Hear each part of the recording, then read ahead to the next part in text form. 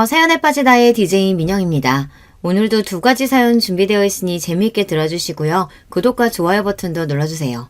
그럼 오늘의 사연도 함께 만나볼게요. 안녕하세요. 결혼식을 한 달 앞둔 예비 신부입니다. 어렸을 적부터 좋은 사람을 만나 행복한 가정을 꾸리는 것이 인생의 큰 목표 중 하나였는데요. 그 꿈이 곧 현실이 된다고 생각하니 요즘 참 가슴이 설레요. 신랑과 저는 서로 깊이 사랑하고 처음 만났을 때부터 지금까지 단 한 번도 언성을 높여 싸워본 적이 없을 정도로 사이가 좋지만 저희의 결혼 준비가 마냥 순탄하지만은 않았습니다. 지금 다시 떠올려도 드라마가 아닌가 싶을 정도로 황당한 일과 우연의 연속이었거든요. 저는 부모님의 사랑과 관심 아래 행복한 유년 시절을 보내지 못했어요. 부모님께서는 제가 10살 무렵 이혼하셨고 이혼하기 전에도 사이가 그닥 좋지 않으셨습니다. 어머니, 아버지 두 분 다 말수가 적고 무뚝뚝하신 분들이셨어요. 두 분은 선자리에서 만나 결혼하셨고 슬하에 저 하나만을 두셨습니다. 아버지께서는 항상 바깥일 때문에 바쁘셨고 어머니께서도 원래 바깥일을 하시던 분이었지만 결혼하시면서 일을 그만두시고 집에서 살림을 시작하셨어요. 아버지께서 외벌이로 가족들을 먹여 살릴 만큼 돈을 잘 버는 편이시기도 했고 처음부터 집에서 본인을 내조할 수 있는 부인을 원하셨거든요. 선자리에서 내세우신 조건도 번듯한 집안 출신에 아이 잘 키우고 내조 잘할 수 있는 조신한 여자였다고 했어요. 저희 외 조부모님은 두 분 다 교사시고 어머니도 서울의 좋은 대학을 나오셨기에 그리 경제적으로 넉넉한 집안은 아니었어도 아버지가 원하시는 조건에 어느 정도 부합했어요. 무엇보다도 어머니의 조용하고 차분한 성품이 마음에 드셨다고 했습니다. 어린 시절 저희 집안 풍경을 생각하면 언제나 정적만이 흘렀던 것 같아요. 아버지나 어머니나 두 분 다 말씀이 없으신 편이었고 저 또한 그런 집안 분위기 탓에 눈치를 보느라 항상 얌전히 굴었거든요. 솔직히 말하자면 두 분 사이에 사랑이라고 부를 만한 감정은 전혀 존재하지 않았던 것 같아요. 어렸을 적에야 당연히 부부는 서로 사랑해서 결혼하는 사이라 생각했기에 두 분이 그리 살가워 보이지 않았어도 속으로는 아니시겠지 싶었지만 두 분은 처음부터 완벽히 서로의 조건만을 보고 시작한 사이였기에 애정보다는 이해관계에 얽혀있는 사이였습니다. 어머니께서는 아버지의 경제적인 능력과 사회적 지위, 아버지께서는 집에서 얌전히 본인을 보필하고 자식을 키워줄 조신한 부인이 필요했던 것이죠. 제가 5살배기였던 시절까지만 해도 그 이해관계는 별 문제없이 흘러가고 있었습니다. 그리 다정한 가족은 아니었어도 서로의 역할을 충실히 이행하며 가족이라는 울타리를 잘 유지하고 있었다는 뜻입니다. 그 울타리를 먼저 깨트린 것은 다름 아닌 어머니였어요. 아버지께서는 언제나 바깥일로 정신없이 바쁘셨고 늦은 밤이나 주말도 마찬가지였습니다. 돈은 차고 넘칠 만큼 벌어다 주셨지만 가족에게는 아무런 관심이 없으셨어요. 제가 어떤 유치원에 다니고 있는지, 요즘은 어떤 것에 관심이 많은지, 어떤 반찬을 편식하고 무슨 알러지가 있는지 기본적인 정보도 아무것도 알지 못하셨습니다. 저뿐만 아니라 어머니에 대한 정보도 마찬가지였어요. 어느 날부턴가 어머니께서는 식사 시간마다 아버지께 이야기를 먼저 거시기 시작하셨습니다. 거창한 이야기는 아니었고 주로 내일 저녁 식사 반찬은 뭘로 할까요? 오늘 우리 딸이 유치원에서 상을 받아왔어요. 요즘은 바쁜 일 없으신가요? 같은 평범한 주부들이라면 일상적으로 주고받을 만한 대화였어요. 아마 그 즈음부터 어머니께서는 외로움이라는 걸 느끼기 시작하셨던 것 같아요. 하루 종일 넓은 집에서 제대로 대화도 통하지 않은 어린아이를 붙잡고 지내셨으니 당연한 수순이었죠. 앞서 말씀드렸듯 어머니께서는 타고난 성품이 차분하고 내향적이어서 유치원의 다른 어머님들과도 잘 어울리시지 않으셨고 특별히 자주 연락하고 지내는 친구분도 없으셨거든요. 당시 어머니께서 유일하게 사회적 교류를 할 수 있었던 사람이 바로 아버지였고 어머니께서는 나름대로 용기를 내서 아버지께 한 발자국 다가가셨던 겁니다. 그렇지만 아버지의 반응은 싸늘하셨어요. 언제나 단답에 제대로 대답도 해주시지 않으셨고 기계처럼 젓가락을 움직이다 식사가 끝나면 칼같이 자리에서 일어나 잠자리에 드셨습니다. 물론 하루 종일 밖에서 바쁘게 일하다 돌아오시는 분이었고 다음날 새벽부터 바깥일을 나가셔야 했으니 피곤하고 지칠만도 했죠. 그렇지만 항상 혼자 남아 식탁을 치우시던 어머니의 뒷모습을 생각하면 지독한 쓸쓸함이 아직까지도 느껴지는 것 같아요. 그런 어머니께서 선택한 것은 바로 불륜이었습니다. 어머니의 불륜을 옹호하려는 것은 아니에요. 그렇지만 어머니께서 어떤 심정으로 그런 짓을 택하셨는지 나름대로 이해해 보려고 애썼을 뿐입니다. 어머니의 불륜 사실을 알게 되신 아버지께서는 바로 이혼을 하셨어요. 당시 저는 겨우 10살 남짓한 꼬맹이였기에 그 누구도 제게 어머니의 불륜과 불륜남, 이혼 소송에 대한 이야기를 제대로 해주지 않았고 나중에 가서야 알게 된 이야기지만 어머니께서 바람이 난 남자는 다름 아닌 제가 다니던 영어 학원의 교사였습니다. 아버지께서 막대한 금액의 소송을 거셔서 둘 다 빈털터리가 됐다는 이야기를 어디에선가 전해 들었지만 사실인지는 모르겠습니다. 저는 그 뒤로 어머니와 단 한 번도 연락을 해본 적이 없어요. 어머니에 관한 소식을 아버지께 전해 들은 적도 없거든요. 이혼 후 저는 아버지와 단 둘이 살기 시작했어요. 집안일은 일주일에 한 번씩 파출부 아주머니가 찾아와 주셨고 집안 분위기는 어머니가 계실 때와는 비교도 되지 않게 더욱더 삭막해졌습니다. 그렇지 않아도 기계처럼 딱딱하고 무뚝뚝하시던 아버지께서는 이혼 후 완전히 냉혈한처럼 변해버리셨어요. 제게 일말의 관심도 주시지 않았고 그저 같은 집에 사는 사이 그 이상 그 이하도 아닌 것처럼 느껴졌습니다. 물론 아버지께서 제가 먹고 입고 사용하는 것들에 대한 비용을 일체 대주시고 필요한 게 있으면 알아서 사라며 카드를 건네주시기는 했지만 부모 자식 사이에 필요한 것이 돈이 전부는 아니잖아요. 아버지께서는 제 졸업식이나 입학식, 생일 등 특별한 날을 한 번도 챙겨주신 적이 없었어요. 그 모든 과정은 얼굴도 몇 번 본 적 없는 할머니께서 처리해 주셨고 저는 항상 쓸쓸한 나날들을 보냈습니다.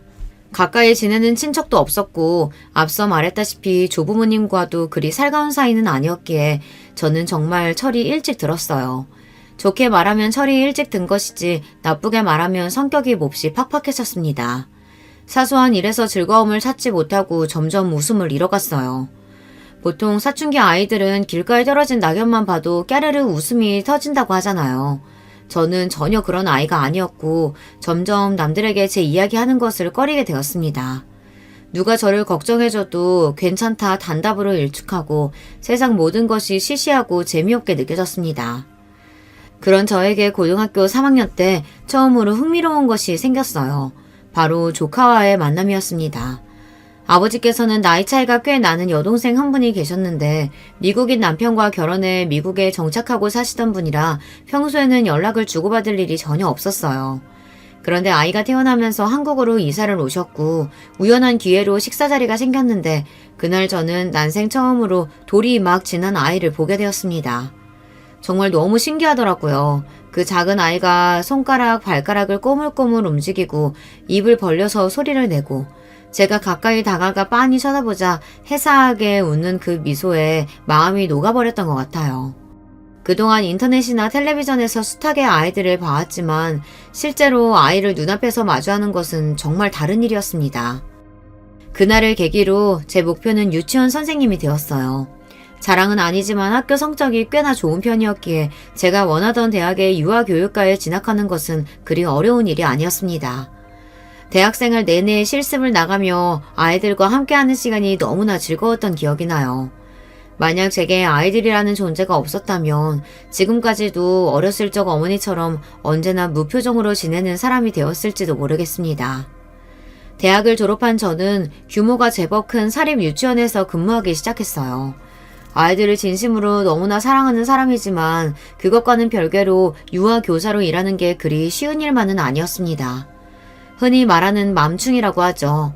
제가 개인적으로 그리 좋아하는 단어는 아닙니다만 그 단어를 사용하기 싫어도 정말 제 속을 박박 긁어대는 몇몇 학부모분들에게는 저도 모르게 맘충 소리가 나오더라고요. 제가 유치원에서 일하기 시작하고 가장 처음으로 맡았던 반은 데이지 반이었어요. 저희 유치원은 밤마다 꽃 이름을 붙였는데 5살 아이들이 모여있는 반이었습니다. 육아를 해보신 분들은 아시겠지만 정말 미운 5살이라는 말이 괜히 있는 게 아니에요. 2돌쯤부터 시작된 자아 형성이 5살쯤 되면서 거의 완성될 시기인데 이 시기의 아이들은 정말 자아가 강합니다. 쉽게 말하자면 고집이 세다는 뜻이에요. 옷 하나하나, 반찬 하나하나 반드시 아이들 본인이 원하는 것을 해야 하고 본인 뜻대로 일이 풀리지 않으면 바닥에 드러누워 울고 불고 떼를 쓰기 일쑤입니다. 가정에서 내가 키우는 내 자식 한 명이 그래도 머리가 아픈 마당에 수십 명의 아이들을 한 번에 돌봐야 하는 유치원은 오죽하겠어요. 한 명이 떼리쓰고 울면 덩달아 다른 아이들도 흥분해서 언성을 높이고 울고 순식간에 아수라장이 되어버립니다. 물론 그런 일이 일어나기 전에 아이들을 잘 달래서 울지 않도록 만드는 것이 교사의 능력이죠. 3, 4살배기 아이들은 대부분 발달 정도가 비슷하지만 5살이 넘어가기 시작하면 아이마다 능력 발달이 정말 천차만별입니다. 특히 언어 능력에서 그 차이가 두드러져요. 5살 정도면 정신적으로 큰 문제가 없는 이상 간단한 의사소통은 대부분 가능합니다. 그렇지만 질적인 면에서 차이가 있어요. 언어 발달이 빠른 아이들은 대화를 하며 놀랄 정도로 기억력도 좋고 문맥 파악을 잘해요. 예를 들자면 오늘 아침밥 뭐 먹고 왔어? 하는 간단한 질문을 한다고 치면 언어 발달이 빠른 아이들은 그 문장에서 오늘과 아침밥이라는 2가지 키워드를 아주 잘 캐치하고 2개의 연관성을 찾아내 문장 전체를 이해해요. 그러니까 말 그대로 오늘 유치원에 오기 전에 먹은 아침밥 반찬을 물어보는 질문이구나 하고 바로 알아듣는다는 뜻입니다. 이런 아이들은 고지고대로 오늘 아침에 먹었던 반찬을 이야기해요. 오늘 아침에 엄마가 김밥을 싸줬어요. 된장국을 먹고 왔어요. 빵 먹었어요. 등등. 그냥 된장국, 빵 이런 식으로 단어만 내뱉지 않고 문장도 제대로 표현할 줄 알고요. 그렇지만 언어 발달이 느린 아이들은 이 질문에서 오늘 그리고 아침밥이라는 단어는 이해하지만 이 2개의 단어가 어떻게 연결되었는지를 이해하지 못해요. 오늘이란 단어와 아침밥이라는 단어의 뜻은 알고 있지만 총체적으로 이 질문이 요구하는 답이 무엇인지 파악하지 못한다는 뜻입니다. 그렇게 언어 발달이 어린 아이들은 아침밥, 아침빵 먹는 것, 난 먹는 것 중에 과자를 좋아해 이런 식으로 의식의 흐름을 따라 아무렇게나 대답해요. 때문에 간단한 의사소통을 제외하고는 말이 잘 통하지 않습니다. 유치원에서 일하며 수많은 아이들을 살펴보는 저는 몇 마디 대화만 나눠봐도 이 아이가 언어 발달이 빠른 편이구나, 느린 편이구나를 바로 알 수 있어요. 물론 아이마다 성장 속도가 제각기 다른 법이니 발달이 조금 느리더라도 크게 걱정할 필요는 없습니다. 5살 정도가 되면 다른 아이들은 한글을 읽는데 우리 아이는 아직 기역, 니은도 제대로 못해요 하시며 걱정하시는 학부모님들이 많이 계시는데요. 옆집 아무개는 36개월의 책을 줄줄 읽었네. 글짓기까지 하네. 그런 이야기들을 들으며 내가 못난 부모라 우리 아이가 발달이 느린가 보다 하고 자책하시는 분들이 태반입니다. 하지만 수년간 아이들을 가르쳐본 유치원 교사로서 개인적인 의견을 말씀드리자면 그런 걱정은 전혀 할 필요가 없습니다. 지난달까지만 해도 기역, 니은조차 읽을 줄 몰랐던 아이가 일주일 만에 단어를 쓰고 말하는 경우도 여러 봤습니다. 학교에 입학하기 2달 전까지 한글을 제대로 읽고 쓰지도 못해서 발달장애가 아닌가 싶었던 아이도 입학 전 그 짧은 기간 동안 뚝딱 글을 캐치하기도 하고요. 정말 아이별로 천차만별 달라지는 게 성장 속도예요. 자폐나 ADHD 같은 큰 문제가 있는 경우가 아니라면 시간이 지나면 자연스레 또래 아이들과 비슷한 수준으로 성장하니 조금 불안한 마음이 생기더라도 열린 태도로 아이들을 바라봐주는 것이 중요합니다. 물론 말이 쉽지 본인 자식이 나이에 비해 말도 어눌하고 행동도 어리숙하면 걱정되는 것이 부모 마음이죠. 그럴수록 부모들은 집에서 아이에게 책 읽기를 강요하거나 강압적인 모습을 보이는데요. 집뿐만 아니라 유치원 교사들에게도 그런 스트레스와 불안 증세로 인해 히스테리를 부리게 됩니다. 이런 경우 유치원에서 아이를 제대로 교육하지 못해서 발달이 느린 거 아니냐, 우리 아이를 다른 아이들과 차별 대우해서 아이가 이런 게 아니냐, 교사를 무차별적으로 탓하고 비난하시곤 해요. 아이들을 가르치는 직업이긴 하나 아동교사도 어찌 보면 서비스업 중 하나라고 볼 수 있습니다. 학부모님들의 민원이나 요청을 들어드리고 꾸준히 아이들을 저희에게 믿고 맡기실 수 있게 관리를 해야 하니까요. 그런 점에서 학부모님들이 저희에게 아이의 교육에 관련해 의문점을 제기하고 특별한 요청을 하신다면 대부분 들어드리려고 노력하는 편입니다. 그리고 저희의 입장을 충분히 설명해드리고 최대한 조율을 하기 위해 애쓰죠. 그런 저희의 노력을 알아봐 주시고 꾸준히 아이를 믿고 맡겨주시는 학부모님들은 참 감사한 마음입니다. 하지만 아무리 저희가 열심히 노력하고 진심으로 아이들을 사랑하고 아껴준다고 한들 저희의 모든 행동에 불만이 있는 학부모님들이 꼭 계시기 마련이더라고요. 지금도 가장 기억 남는 일은 제가 유치원에서 일한 지 3년여가 지났을 무렵 벌어졌던 사건입니다. 앞서 제가 5살 아이들이 모여있는 데이지반을 맡게 되었다고 말씀드렸죠. 미운 5살과 3년 가까이 부대끼고 살다 보니 이제 웬만한 일에는 눈 깜짝 안 하고 순식간에 처리할 수 있을 정도로 베테랑이 되어가던 차였어요. 그해에 우빈이라는 남자아이가 먼 지역에서 이사를 와 6월경에 저희 유치원에 들어오게 되었습니다. 나이는 6살이었지만 6살 반이던 튤립반에 공석이 없어 부득이하게 저희 데이지반 학생이 되었어요. 알고 계시는 분들도 몇몇 계시겠지만 남자 아이들의 뇌발달은 보통 여자 아이들의 뇌발달보다 1년 정도 느린 편입니다. 때문에 남자 아이들에 비해 여자 아이들이 언어도 빨리 깨우치고 뭐든 빨리빨리 하는 편이에요. 오빈이는 다른 아이들보다 나이가 1살이 많기는 했지만 남자 아이이기도 했고 상담 결과 원장님께서 우빈이가 발달이 조금 느린 편이라 데이지반에 들어가도 충분히 잘 섞일 것 같다는 결론을 내셨어요. 하지만 우빈이 어머님의 생각은 좀 달랐습니다. 솔직히 그 여자에게 어머님 하면서 좋은 명칭을 사용해주고 싶지도 않아요. 우빈이가 저희 유치원에 들어온 이후 제가 그 여자에게 시달렸던 걸 생각하면 정말 끔찍하거든요. 그 여자는 본인 아들이 왜 아들보다 모자란 아이들 사이에서 교육을 받아야 하는지 모르겠다고 고래고래 언성을 높였습니다. 원장님과 제가 모자란 아이들이 아니라 나이가 1살 어린 것뿐이다. 지금 6살 반에 공석이 없기도 하고 가끔 이런 경우가 종종 있다. 아이들마다 발달 속도도 느리고 이 나이 무렵의 1살 차이는 사실 그렇게 큰 차이가 있지 않다. 아무리 좋게 설명을 드려도 그 여자 귀에는 그저 본인 아들이 다른 아이들보다 모자라서 열애되었다고 들리는 것 같았습니다. 한참 실랑이 한 끝에 원장 선생님께서는 결국 데이지반이 그렇게 싫으시면 저희 유치원에서는 댁 아드님을 받아들일 수 없을 것 같다. 튤립반에는 공석이 없고 그렇다고 댁의 아드님만 예외로 받아주면 앞으로 이런 경우가 생겼을 때 우리 입장이 곤란해진다 못을 박으셨어요. 끝까지 때를 쓰면 본인 말을 들어줄 거라고 생각했었는데 그 여자는 좀 당황스러워 보이는 얼굴이었습니다. 그쪽이 대입집안 교사라고 했죠? 우리 우빈이 좀 특별히 신경 써서 봐주세요. 하도 어쩔 수 없다고 하니까 제가 참는 거예요.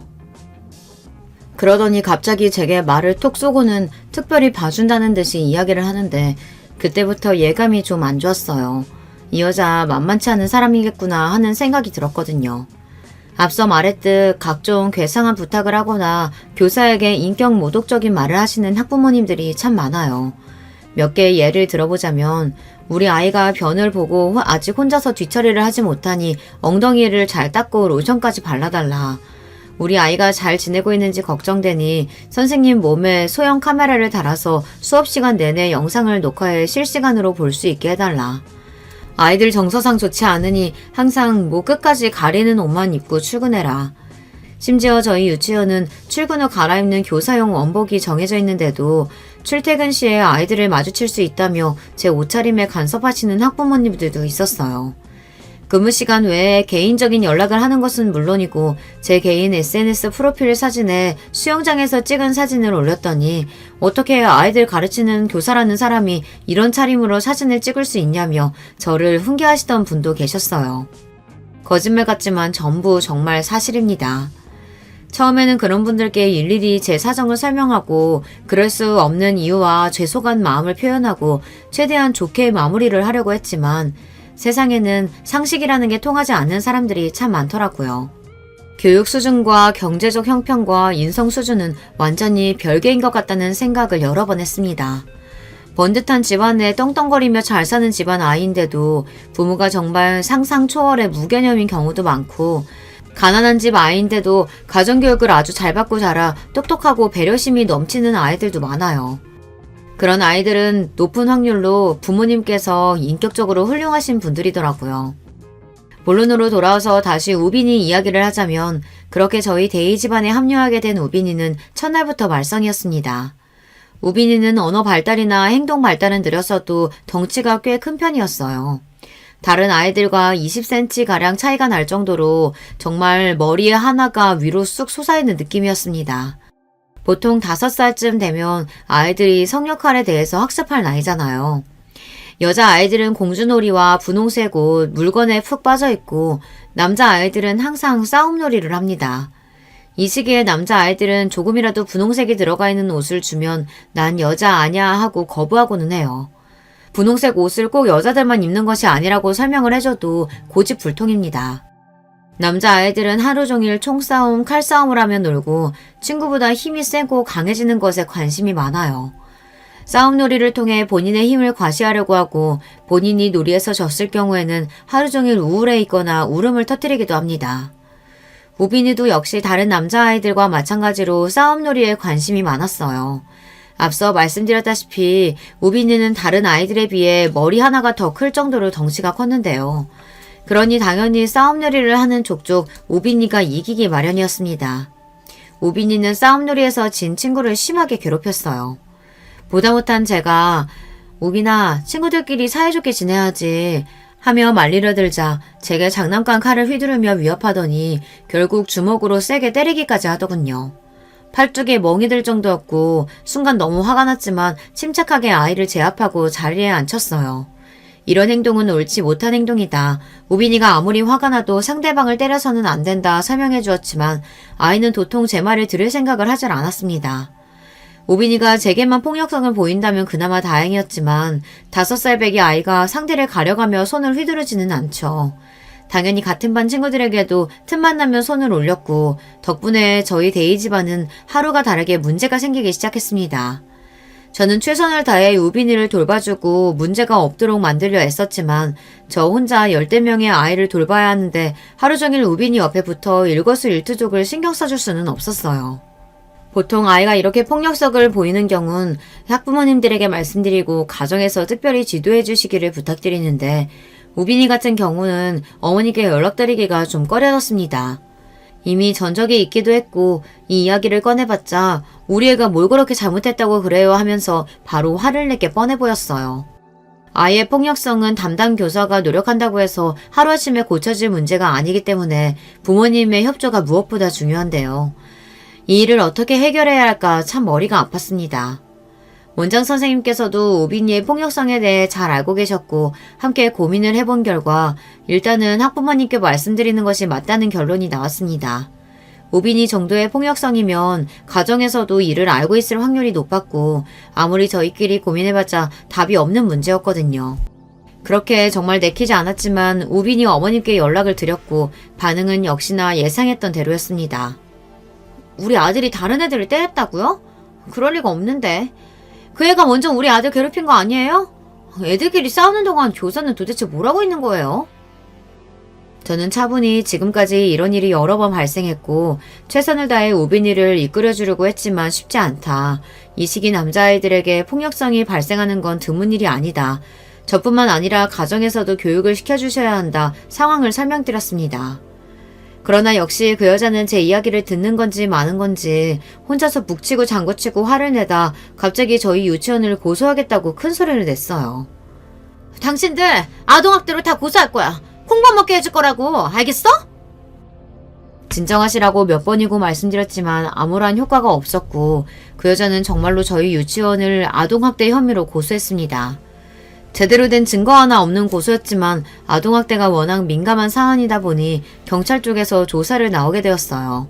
그 과정에서 정말 스트레스가 많았고 개인적으로나 공적으로나 힘든 시간을 보냈습니다. 아무리 혐의가 없다고 하더라도 일단 아동학대로 고소를 당한 적이 있는 유치원이라면 학부모로서 그 유치원에 아이를 맡기고 싶지 않아지는 게 당연하잖아요. 조사를 받았다는 소문이 동네에 쫙 퍼졌고 저희 유치원은 그 소문 덕에 원생을 많이 잃게 되었습니다. 솔직히 말해서 그 여자가 정신병자가 아닌가 생각하기도 했지만 나중에 알고 보니 멀쩡히 회사까지 다니고 있는 그것도 대기업에서 한 자리 차지하고 있는 너무나 평범한 회사원이었어요. 어떻게 저런 비상식적인 인간이 멀쩡한 척 다른 사람들과 문제없이 사회생활을 할 수 있는 건지 지금 생각해도 이해가 잘 가지 않아요. 그 여자에게 유일하게 고마운 점이 하나 있다면 그 여자가 저희 유치원을 고소한 덕에 제가 지금의 신랑을 만날 수 있었다는 사실입니다. 저희 예비 신랑은 이 사건을 담당했던 검사예요. 사건은 아동학대에 관련된 정황이 전혀 발견되지 않아 조사가 금세 마무리되었지만 그 과정에서 안면을 트고 사이가 가까워진 저와 신랑은 연인 사이로 발전하게 되었습니다. 나중에서야 들었던 말이지만 신랑은 저를 보고 첫눈에 반했었다고 하더라고요. 어렸을 적부터 유치원 선생님처럼 다정하고 친절한 여자가 이상형이었다나요. 아무튼 저는 당시에 말도 안 되는 혐의로 조사를 받느라 이리저리 치이고 스트레스가 심해 신랑에게 전혀 관심이 없었었는데 모든 사건이 잘 마무리되고 신랑 쪽에서 먼저 개인적으로 연락을 취해 사이가 가까워지게 되었어요. 연애를 하다 보니 자연스레 신랑의 성장 배경에 대해서도 듣게 되었는데요. 신랑도 저와 마찬가지로 온전치 못한 가정에서 자란 사람이었습니다. 검사라는 번듯한 직장에 사교성도 좋고 화려한 언변까지 갖춘 사람이었기에 누가 봐도 화목하고 넉넉한 가정에서 부모님 사랑을 듬뿍 받고 자랐을 것 같았는데 알고 보니 아주 어렸을 적부터 줄곧 어려운 형편의 홀어머니 밑에서 자랐다고 하더라고요. 정확한 이유는 알지 못하지만 신랑의 부모님께서도 신랑이 어렸을 적 이혼하셨고 아버지 밑에서 자란 저와는 다르게 신랑은 어머니를 따라갔다고 했습니다. 신랑의 어머니께서는 오랫동안 일용직을 전전하시며 신랑을 먹여 키우셨다고 합니다. 일일 급식소 도우미, 김치 공장, 설거지, 각종 청소 관련 부업도 많이 하셨고 그러면서 몸이 많이 상하셨어요. 젊은 시절부터 각종 질병과 성인병으로 크게 고생하고 계신다고 하더라고요. 신랑은 어렸을 적부터 영민하고 똘똘한 아들이었고 어머니께서는 그런 신랑에게 거는 기대가 크셨다고 합니다. 밤잠을 줄여가며 본인 입에 넣을 것을 줄여가며 허리띠를 졸라매 신랑 뒷바라지를 하셨고 정말 어려운 형편에서도 결국 하나뿐인 아들을 번듯한 검사로 만들어내셨죠. 물론 신랑이 검사가 된 것은 스스로의 노력이 가장 크긴 했지만 신랑이 공부에만 집중할 수 있도록 뒤에서 지원해주신 어머니의 노력이 없었다면 불가능한 일이었겠죠. 그만큼 신랑의 어머니께서는 외동아들인 신랑을 눈에 넣어도 아프지 않을 정도로 아끼고 사랑하셨습니다. 본인 인생을 통째로 바쳐 만들어낸 완벽한 결과물이니 어찌 보면 당연한 일이었어요. 시부모님께서는 남들이 보면 조금 아니 왜 저리 유난이야 할 정도로 아들의 일이라면 본인 일이라도 되는 양 매사에 발벗고 나서셨습니다. 신랑에게 특별한 유대감을 가지고 계셨어요. 신랑 또한 본인의 어머니가 다른 어머니들보다 조금 유별나다는 사실을 알고 있었어요. 때문에 제게 미리 언지를 주기도 했습니다. 우리 어머니가 오래전부터 혼자서 날 키우시느라 고생이 많이 하셨어. 그만큼 나한테 애착도 크신 분이고 평생 나 하나만 바라보고 살아오신 분이니까. 자식 사랑이 조금 유별나시긴 해. 그래도 우리 어머니 절대 나쁜 분은 아니야. 아마 너랑도 큰 문제 없이 잘 지낼 수 있을 거야. 사실 신랑의 말을 듣고 조금 걱정이 되기는 했어요. 물론 유치원 교사 생활을 오래 하며 각종 어머니들을 상대하는 법에는 이골이 날 지경이었지만 상대가 제가 가르치는 아이가 아니라 결혼할 사람의 부모라면 이야기가 좀 달라지잖아요. 게다가 신랑을 끔찍하게 아끼고 사랑하는 유별난 어머니라니 뵌 적은 없었지만 처음 인사를 드리러 가기 전부터 불안한 마음이 들었습니다. 드라마나 텔레비전 같은 곳에서 본 각종 고부 갈등들도 생각나고 만약 신랑의 어머니께서 그런 못된 시어머니라면 어떻게 대처해야 될까 고민도 많았어요. 신랑의 평소 성격을 미뤄봤을 때 중간 다리 역할을 잘 하긴 할 것 같았지만 뭐든 겪어보기 전엔 모르는 거니까요. 어찌됐든 마음의 준비를 단단히 하고 있어야겠다 싶기는 했습니다. 신랑 어머니도 문제였지만 저희 아버지도 문제인 것은 마찬가지였어요. 저는 대학을 졸업한 이후 아버지와 연락을 거의 주고받지 않고 있거든요. 신랑과의 교제 사실도 물론 말씀드리지 않았었고요. 결국 결혼하겠다고 남자를 데려가면 어떤 반응이실지 도무지 상상이 가질 않았습니다. 신랑은 제 어두운 가정사를 다 알고 있었기에 굳이 제게 아버지에 대한 이야기를 먼저 꺼내지 않았습니다. 때가 되면 제가 알아서 소개를 시켜주겠거니 생각하는 것 같았습니다. 오랜만에 아버지께 연락을 드려 약속을 잡았고 아버지께서는 예상하셨던 대로 신랑이 어떤 사람인지 무슨 직업을 가졌는지 어떻게 만나게 됐는지 등등 궁금한 것이 하나도 없으셨어요. 결혼할 사람을 소개시켜드리고 싶다는 제 말에 그저 알겠다 답만 보내오셨습니다. 결혼 날짜가 잡히자 신랑은 그제서야 저희 아버지에 대해 궁금했던 것들을 물어봤어요. 어떤 일을 하시는 분인지, 식사 때 어떤 점을 조심해야 하는지 등등 기본적인 질문이었습니다. 우리 아버지도 젊었을 적에 검사셨어. 지금은 변호사로 일하고 계시고. 실은 저희 아버지께서도 젊은 시절 열정이 넘치는 검사셨어요. 하루가 멀다 하고 사건을 맡아 조사하고 범죄자들과 싸우느라 눈코 뜰 새 없이 바쁘신 분이었죠. 덕분에 가정에 소홀해져 이혼이라는 결과를 맞았고요. 그렇기 때문에 사실 전 신랑과의 결혼이 처음에는 조금 망설여졌습니다. 타고난 성품이 다정한 사람이라 아버지와는 다르게 가정적인 남편이 될 것 같긴 했지만 직업 특성상이라는 걸 마냥 무시할 수는 없잖아요. 연애 시절부터 이리저리 돌아다니며 조사하느라 많이 바빠 보이기도 했고요. 아버지께서 본인과 같은 검사 출신이라는 이야기에 신랑은 굉장히 의외라는 반응이었습니다. 그러면서 용케도 검사인 본인과 결혼할 생각을 했다며 그렇게 자기가 좋냐고 우스갯소리를 하더라고요. 사실 나도 티를 안 냈지만 걱정 많이 됐었어. 얘기만 들어도 워낙 무뚝뚝하고 근엄한 신분일 것 같아서. 그래도 같은 법조인이시라니 나랑 통하는 점이 조금이라도 있지 않을까? 장인어른 마음에 들 수 있도록 노력해볼게. 그렇게 약속날이 되었고 저와 신랑은 한껏 긴장한 채로 약속 장소인 한정식 식당으로 향했습니다. 굉장히 오랜만에 아버지를 만나는 자리이기도 했고 만에 하나 아버지께서 신랑을 마음에 들어하지 않으면 어떡하지 하는 생각이 들기도 했어요. 떨리는 마음으로 먼저 식당에 도착해 아버지를 기다리고 있는데 미닫이 문이 열리고 아버지께서 안으로 들어오시는 순간 신랑이 너무 깜짝 놀라며 자리에서 벌떡 일어났습니다. 아니, 자네가 여긴 어떻게? 알고 보니 저희 예비 신랑과 아버지께서는 이미 안면이 있는 사이였어요. 남편이 햇병아리 검사였던 시절 같은 부서 선배였던 아버지께서 남편을 많이 도와주셨다고 하더라고요. 그때부터 신랑은 저희 아버지를 은사처럼 여기고 모셨다고 하는데 아버지께서 직업을 옮기신 후로 연락이 뜸해져 최근에는 소식을 몰랐다고 합니다.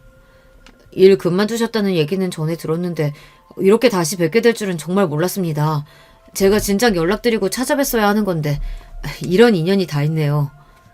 어렸을 적부터 제게는 그렇게 무뚝뚝하고 남이나 다름없을 정도로 냉정하셨던 분이 일터에서는 신임받는 선배였다니 기분이 좀 이상하긴 했어요. 신랑 말고도 같은 부서에 소속되어 있던 검사들이 전부 아버지를 존경하고 잘 따랐다고 하더라고요. 세상 좁다더니 참 이런 인연이 다 있구나 싶었습니다. 걱정했던 것이 무색하게도 자리는 즐거웠고 큰 문제 없이 좋은 분위기 속에서 잘 마무리되었어요.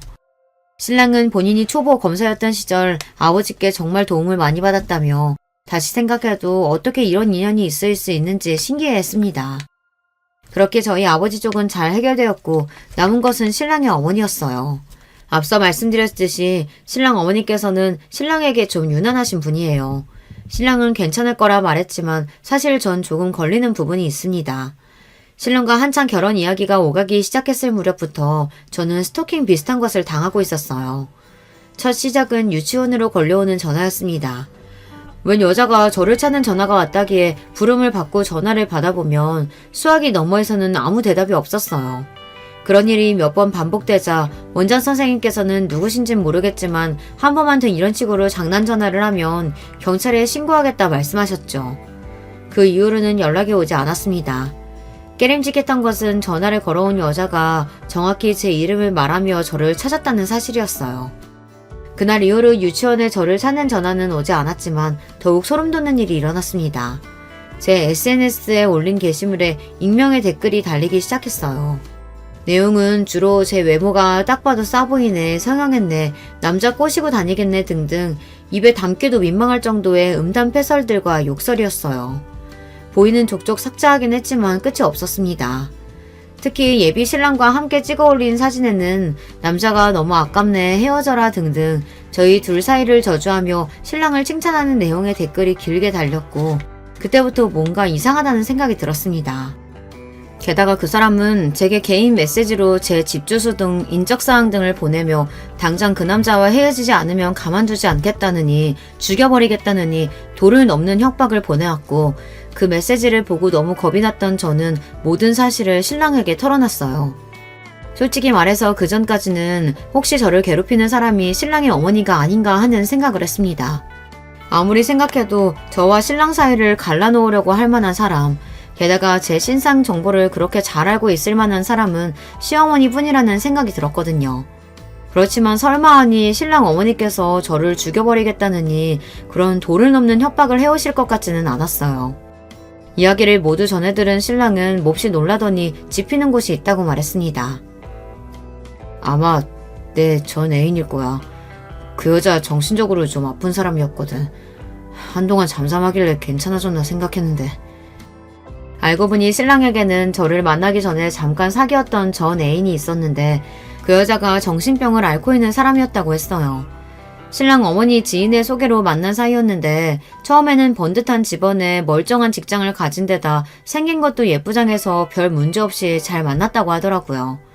그런데 시간이 지날수록 신랑에게 과하게 집착하기 시작하더니 완전히 의부증처럼 변했다고 했어요.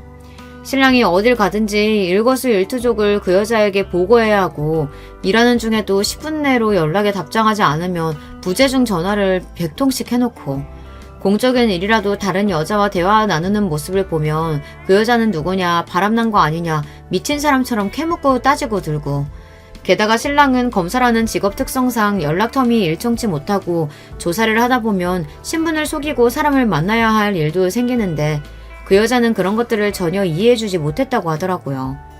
견디다 못해 신랑이 계속 이런 식으로 굴면 더 이상 만남을 지속하기가 힘들다. 아무리 서로 호감을 가지고 만나는 사이라도 적당한 선이라는 게 있다.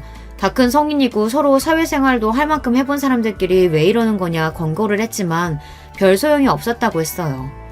결국 신랑이 헤어지자 이별을 선언하자 그 여자는 이성을 잃고 흉기까지 휘둘렀다고 했습니다. 크게 다칠 뻔한 남편은 고소까지 생각했었지만 그 여자와 더 엮이고 싶지 않아 그냥 이를 조용히 묻었다고 했어요. 그렇게 헤어지고 나서도 한동안 끈질기게 집 앞까지 찾아오질 않나 전화나 메시지를 끊임없이 걸어대는 통에 결국 연락처도 바꾸고 이사도 갔다고 하더라고요. 그 여자가 도대체 어떻게 네 이름이랑 직장을 알아냈는지 모르겠네. 아니다. 그 여자는 그러고도 남지. 검사를 스토킹하는 여잔데. 내가 한번 제대로 알아볼게. 혹시 무슨 일 생기면 나한테 바로 말해줘. 솔직히 그 이야기를 다 듣고 나자 좀 겁이 났어요. 정신 이상자라니 언제 어떻게 제 집에 찾아와 신랑에게 그랬던 것처럼 또 흉기를 휘두를지 모르는 일이잖아요. 그동안은 댓글을 남기는 사람이 신랑의 어머니일지도 모른다고 생각했기 때문에 선뜻 꺼내지 못했던 이야기인데 아니라는 사실을 알게 되자 더 이상 결혼을 미룰 이유가 없다는 판단이 들었어요. 신랑에게 당장 어머니께 인사드리러 가고 싶다는 뜻을 내비쳤습니다. 제 집 주소를 다 알고 있는 여자에게 살해 협박까지 받은 마당에 아무렇지 않게 평소처럼 지내기도 어려웠고요. 하루빨리 신랑과 결혼해 살림을 합쳐야겠다는 생각이 들었어요. 그렇게 시댁에 처음으로 인사를 드리러 가게 되었습니다. 스토킹 문제도 있었지만 애초에 시어머니께서 저를 그닥 달가워하시는 느낌은 아니었기에 긴장을 하지 않을 수 없었어요. 신랑은 잔뜩 긴장해 손까지 덜덜 떠는 저에게 괜찮을 거라며 어머니께서도 말씀은 그렇게 하셨어도 막상 저를 만나면 분명 마음에 들어 하실 거다. 긍정적인 말을 건넸지만 걱정은 그리 쉽게 사라지지 않았습니다. 그렇게 시댁으로 들어섰고 시어머니께서는 무려 현관 앞까지 나와 저희를 기다리고 계셨어요. 어머니 안녕하세요. 떨리는 목소리로 인사를 건넸고 그 순간 시어머니께서 저를 보자마자 냅다 빽 소리를 지르셨습니다. 네가 우리 아들 꼬신 그년이냐? 이 년이 어디서 감히 남의 집 귀한 아들을 그것도 애인 있는 남자를 꼬셔? 그래놓고 어딜 뻔뻔하게 인사까지 하러 와? 저를 마음에 들어 하시지 않을 거라고는 생각했지만 이렇게까지 격한 반응일 거라고는 전혀 생각하지 못했어요. 그때의 당혹스러움은 아직도 잊혀지지가 않습니다. 면전에 대고 2년 전년 욕을 하시질 않나. 게다가 하신 말씀도 너무나 충격적이었어요. 애인 있는 남자를 꼬셨다뇨. 순간 어안이 벙벙해 말문이 막혔고 그건 신랑도 마찬가지인 것 같았어요. 어머니 갑자기 왜 이러세요? 애인 있는 남자 꼬셨다뇨. 그게 무슨 말씀이세요? 넌 가만히 있어. 어디 여자가 궁해서 이런 꽃병 같은 년한테. 시어머니께서는 거기서 멈추지 않고 현관에 놓여있던 빗자루를 집어드셨어요. 금방이라도 저를 두들겨 패실 듯한 기세에 신랑이 혼비백산한 얼굴로 빗자루를 뺏어들며 시어머니를 말렸습니다. 도대체 무슨 오해를 하시는 거예요? 어머니, 김수환 검사님 아시죠? 제가 말씀 많이 드렸잖아요. 제 은사님이요. 이 사람 그분 딸이에요. 신랑의 입에서 나온 말에 시어머니께서는 눈을 동그랗게 뜨시더니 너무나 놀란 표정이 되셨어요. 얘가 그분 따님이라고 하며 몇 번이고 되물으시는데 전혀 생각지도 못했다는 듯 몹시 당황스러워 보이더라고요. 신랑은 제가 왜 거짓말을 하겠냐며 일단 좀 진정하고 앉아서 얘기하자며 시어머니를 이끌고 탁자로 향했습니다. 사건의 전말은 이랬어요. 신랑의 전 여자친구라던 그 스토커 여자와 신랑이 어떻게 만나게 되었는지 기억하시죠? 네, 다름 아닌 시어머니 지인의 소개로 만난 사이였죠. 시어머니께서는 전 여자친구를 몹시 좋게 보셨다고 해요. 조건만 따지자면 여러모로 부족할 것 없는 사람이었고 지인의 소개로 만났는데다 시어머니께 싹싹하게 굴고 부칩성도 좋아 시어머니께서는 그 여자와 가까이 지내셨다고 합니다. 신랑 없이 둘이서 식사를 하기도 하고 며느리와 시어머니처럼 쇼핑을 다니기도 하고요. 시어머니께서는 당연히 신랑이 그 여자와 결혼할 거라고 생각하셨다고 합니다. 신랑 또한 시어머니께서 그 여자를 예뻐하시고 사이가 꽤나 가까웠던 것을 알고 있었던 데다 무엇보다 시어머니 지인의 소개로 만난 사이였기에 그 여자가 신랑에게 집착했던 사실이나 정신 이상저처럼 굴었던 사실을 굳이 이야기해서 좋을 것 없다고 생각했어요. 시어머니께는 그저 성격 차이 같은 흔한 이유로 헤어졌다고 간단하게 말씀드렸고 시어머니께서는 그 여자의 스토킹 행각이나 정체에 대해서 전혀 모르는 상태셨다고 합니다. 그렇게 얼마 후 신랑은 저와 연애를 하기 시작했고 신랑의 SNS를 통해 저의 존재를 알게 된 그 여자는 뻔뻔하게도 시어머니께 연락을 했던 거예요. 실은 본인과 신랑이 헤어진 이유는 제가 신랑을 꼬여냈기 때문이고 신랑을 진심으로 사랑하지도 않으면서 팔자나 고쳐보려고 검사를 꼬신 별 볼 일 없는 여자라고 살살 거짓말을 하면서요.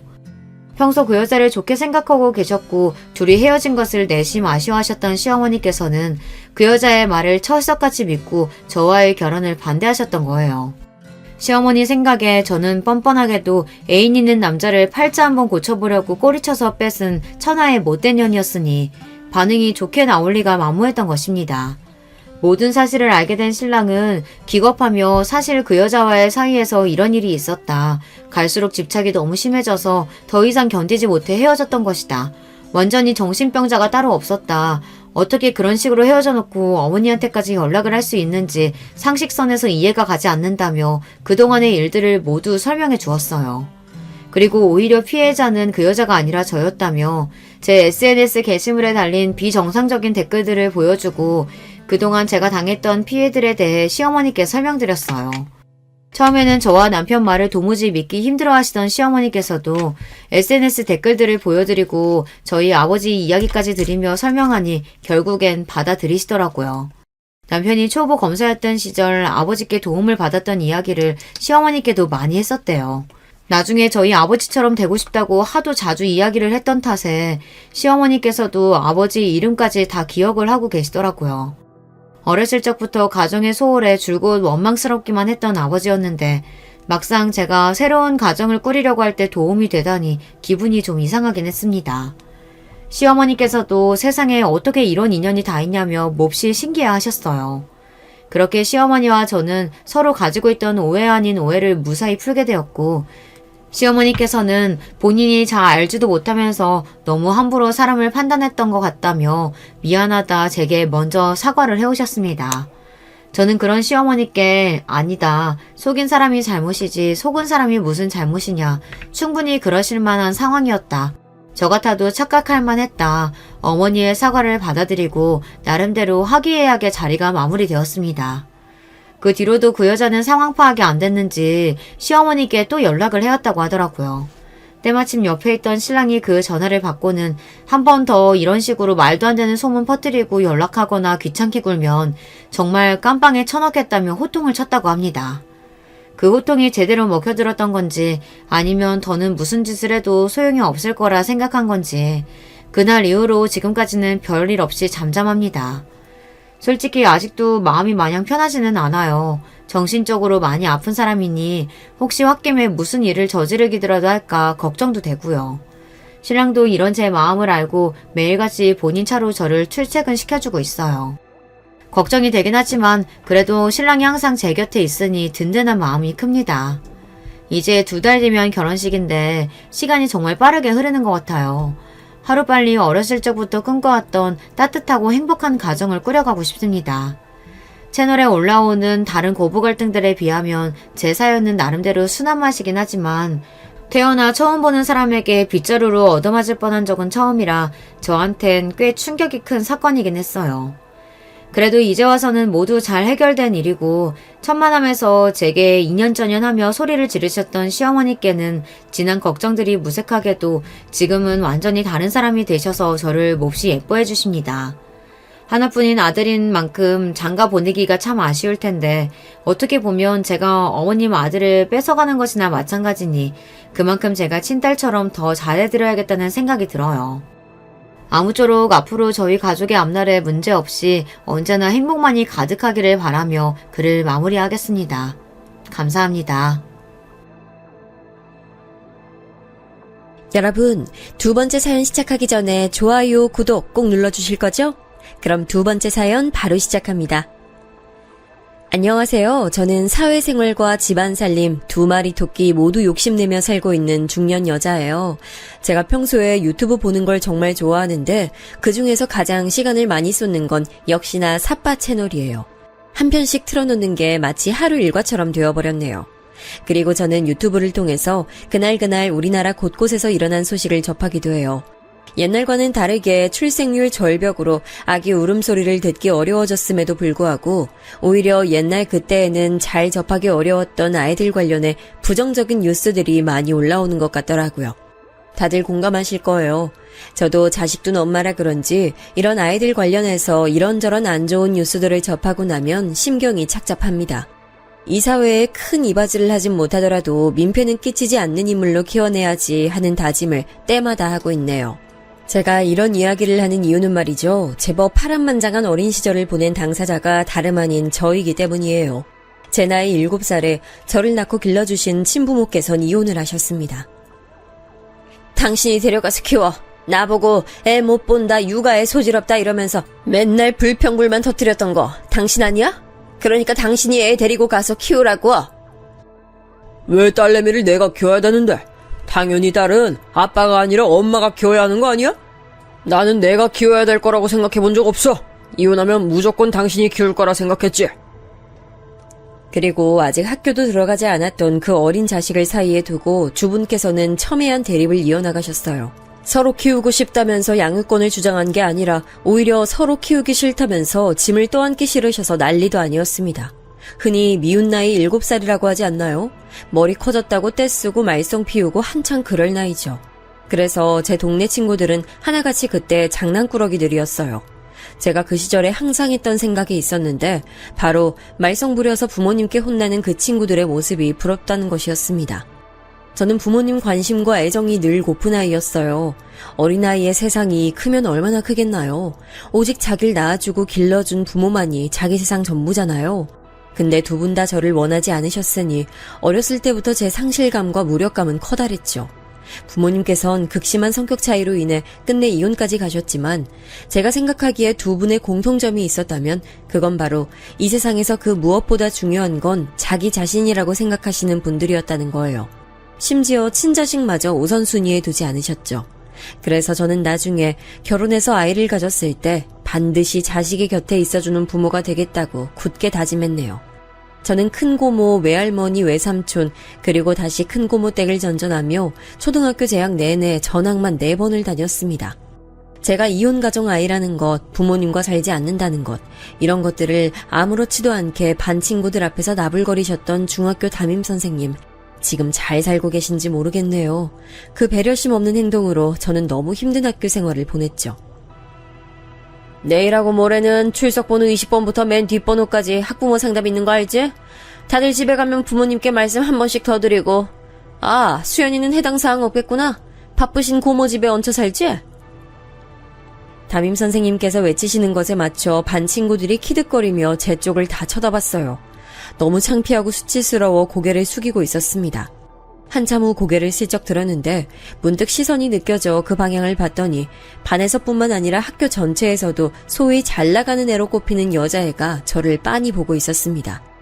손으로 턱을 괴고 눈빛을 반짝이면서 저를 쳐다보는 모습에 왠지 모르게 소름이 돋아 저는 황급히 그 시선을 피했죠. 그 친구 이름은 박성희였습니다.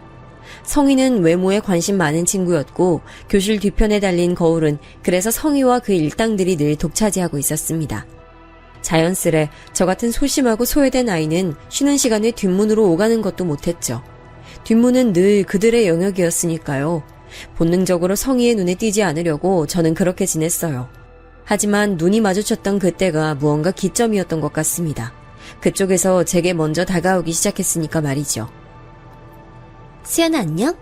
내가 궁금한 게 있는데 너는 부모님하고도 안 살고 고모 집에 얹혀 산다면서 왜 가방은 좋은 거 하고 다녀? 그리고 너 은근 매점에서 자주 보이더라? 용돈 많이 받나 봐. 고모가 부자셔? 아니 부자는 아니시고 그냥 부모님이 때마다 돈 보내주시는 걸로 알아. 그렇게 얼핏 들었거든. 그러던 어느 날 쉬는 시간이 되자마자 성희가 제자리로 와서 갑자기 제게 어깨 동무를 하면서 말을 걸었어요. 그때 심장이 얼마나 쿵쿵 뛰었는지 몰라요. 엉겁결에 무심코 그런 대답을 하고만 저는 성희와 그 일당의 눈치를 살폈습니다. 어느새 그 무리가 제 자리 주변에 다 와 있더라고요. 수연아, 내가 너한테 아주 유익한 효도 방법을 알려주려고 하는데 어때? 들어줄 수 있지? 효도 방법? 그게 무슨 소리야? 네 부모님 입장에서 생각해봐. 자기 자식이 학교에서 어떻게 지내면 가장 좋아하실까? 네가 어떻게 학교 생활을 해야 부모님이 좋아하실지 생각해본 적 있어? 고모를 안심시켜드릴 수도 있는 최고의 방법인데. 그런 게 있어? 그게 대체 뭔데? 뭐겠어. 당연히 친구를 많이 사귀는 거지. 학교에서 친구들 잘 사귀고 잘 지내는 것보다 큰 효도는 없어. 그게 우리 나이 학생들이 어른들 걱정 덜어드리는 방법이야. 수연이 너는 친구가 하도 없어서 몰랐구나. 너 초등학교 때도 친구 하나도 없이 왕따였다면서. 불쌍하다. 이제 우리가 친구해줄게. 그때 저는 뭣도 모르는 아이였고 많이 소심해서 그저 웃으며 고개를 끄덕였습니다. 그것이 지옥길의 신호였어요. 저는 친구비라는 명목으로 모든 용돈을 성희에게 상납해야만 했습니다. 친구해주는 비용이라고 그랬어요. 너 같은 찌질이랑 맨입으론 친구 못하는 거 너 스스로도 이해하지? 그러니까 꼬박꼬박 친구비 내. 왕따 당하기 싫으면. 알았어? 저는 성희가 무서워서 거스르지 못했고 쉬는 시간마다 그 무리와 함께 있으면서 방청객처럼 웃는 역할을 했어요. 죽도록 괴로웠지만 2학년으로 올라갈 때만을 기다리며 버텼습니다. 하지만 제 바람과는 달리 2학년 때 바로 옆반이 된 성희는 제 반 친구들에게 소문을 다 퍼뜨려 놨어요. 제가 공고에 다니는 오빠들 여럿을 한꺼번에 만나고 다니는 물란한 애라고 그런 추잡한 소문을 말이에요. 말도 안 되는 내용이었지만 힘 있는 자의 선동이란 무섭더라고요. 모두가 저를 기피했습니다. 닿으면 안 되는 병균처럼요. 크게 좌절한 저는 성희에게 친구비라는 걸 주지 않기 시작했어요. 용돈이 끊겼다는 핑계였죠. 그랬더니 어느 날 수업이 마치자마자 성희는 자기 패거리와 합세해서 저를 화장실로 끌고 갔습니다. 청소당번들이 질질 끌려온 저를 봤지만 다들 모른 척했어요. 성희가 눈을 부라리는 것에 당번들은 죄다 고개 숙이고 화장실을 나갔죠. 그날 저는 청소용구 정리칸에서 죽도록 맞았습니다. 마치 인간 샌드백이었죠. 쉴 새 없이 주마들었고 저는 도중에 기절했죠. 사람이 맞다가 정신을 잃으면 그건 엄청난 상황이잖아요. 이건 진짜 크게 잘못될 수도 있는 거잖아요. 그런데 성희는 정말 악랄했습니다. 양동이에다 물을 받아서 그걸 저한테 뿌렸어요. 야, 눈 떠. 당장 정신 안 차리면 너 창밖으로 던져버린다. 차가운 물에 제가 억지로 눈이 떠졌는데 그러자마자 보인 건 소름 끼치게 무서운 표정으로 낄낄 웃는 성희와 이런 과한 상황에 겁에 질렸음에도 티를 안 내려고 애쓰는 나머지 패거리들의 모습이었습니다. 너 다음에 또 기어오르면 그땐 진짜 네 재산날 되는 거야. 수연아, 난 친구끼리 그러기 싫어. 우리 친구잖아, 그치? 우리의 우정이 영원할 수 있도록 난 제발 네가 협조 좀 해줬으면 좋겠어. 앞으로 믿어도 되지? 다음 주까지 2만원 준비해오고. 아, 맞다. 너 지난번에 신고 왔던 나이키 운동화, 너 그거 일부러 안 신고 오는 거지? 속 보인다. 머리 굴리지 말고 얌전히 신고 와. 엄마는 재혼을 하셔서 아예 보기 힘든 분이 되셨지만 그나마 아빠는 1년에 한 번 정도 만나고 있었는데요. 그런 아빠가 사주셨던 운동화였어요. 일이 우선이고 스스로가 우선이지만 그래도 자식이라고 챙겨주시는 것 같아서 단지 그것만으로도 저는 너무 감동이고 좋아서 그 운동화가 참 소중했습니다. 그러나 공포 앞에선 별 수 없었네요. 성희는 제가 그걸 신고 온 날 자기 운동화와 제 것을 억지로 바꿨습니다. 왜 하필 발 사이즈가 똑같을까 하는 원망을 하는 게 힘없던 저의 유일한 분노 표출이었습니다. 너무 괴로워서 차라리 죽을까 하는 생각을 했죠. 선생님께 몇 번이고 말씀드렸지만 돌아오는 반응은 늘 비슷했습니다. 저보고 그러시더라고요. 당하는 사람도 뭔가 잘못한 게 있지 않겠냐고. 그 소리 듣자마자 모든 기대를 접었습니다. 2년 내내 괴롭힘 당했던 저는 3학년 때 심지어 성희와 같은 반에 배정됐어요. 수연아, 너랑 같은 반 돼서 너무 좋아. 우리 운명인가 봐. 남은 1년 잘 지내고 이왕이면 고등학교도 같이 가자. 좋지? 성희가 저를 향해 눈을 빛내며 그렇게 말했던 날 이후로 저는 학교를 나가지 않았습니다. 그냥 차라리 아무것도 안 하는 게 나을 것 같았어요. 본능적으로 학교를 계속 나가면 저는 박성희라는 사람의 손에 죽을 거란 예감이 들었죠. 등교 거부하기를 2주, 놀랍게도 아빠가 저를 찾아오셨어요. 수연아, 너 나하고 같이 갈래? 이제부터 아빠하고 살래? 앞뒤 설명 아무것도 없이 정말 단조로운 질문이었는데 저는 어느새 미친 듯이 고개를 끄덕이고 있었습니다. 저는 그렇게 그 지역을 아예 벗어난 전학을 갈 수 있었고 새로운 곳에서 조용히 중학교 생활을 마무리한 뒤 고등학교 때는 제법 친한 친구 두어 정도 사귀면서 지냈어요. 억지로 성희에게 받았던 그 악랄한 괴롭힘을 잊으려고 다른 생각을 많이 하면서 살았죠. 아빠는 제가 성인이 된 이후로 교제하시던 어떤 분과 동거를 시작하셨고 저는 자취하며 따로 지냈습니다. 너무 슬펐던 게 뭔지 아세요? 시간이 지나며 저를 죽도록 괴롭혔던 성희에 대한 분노와 원망 또한 여전했지만 저 스스로에 대한 자책이 밀려들었습니다. 왜 그렇게 나약했을까, 멍청했을까, 바보 같았을까 이런 자괴감이 들면서 상황을 이겨내지 못했던 그 시절의 제가 너무 싫어지더라고요.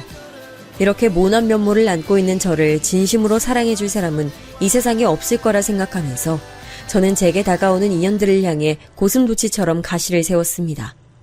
가시를 본 모두가 뒷걸음질 쳤고 그렇게 다들 스쳐가는 인연으로 남았지만 단 한 사람만은 달랐습니다.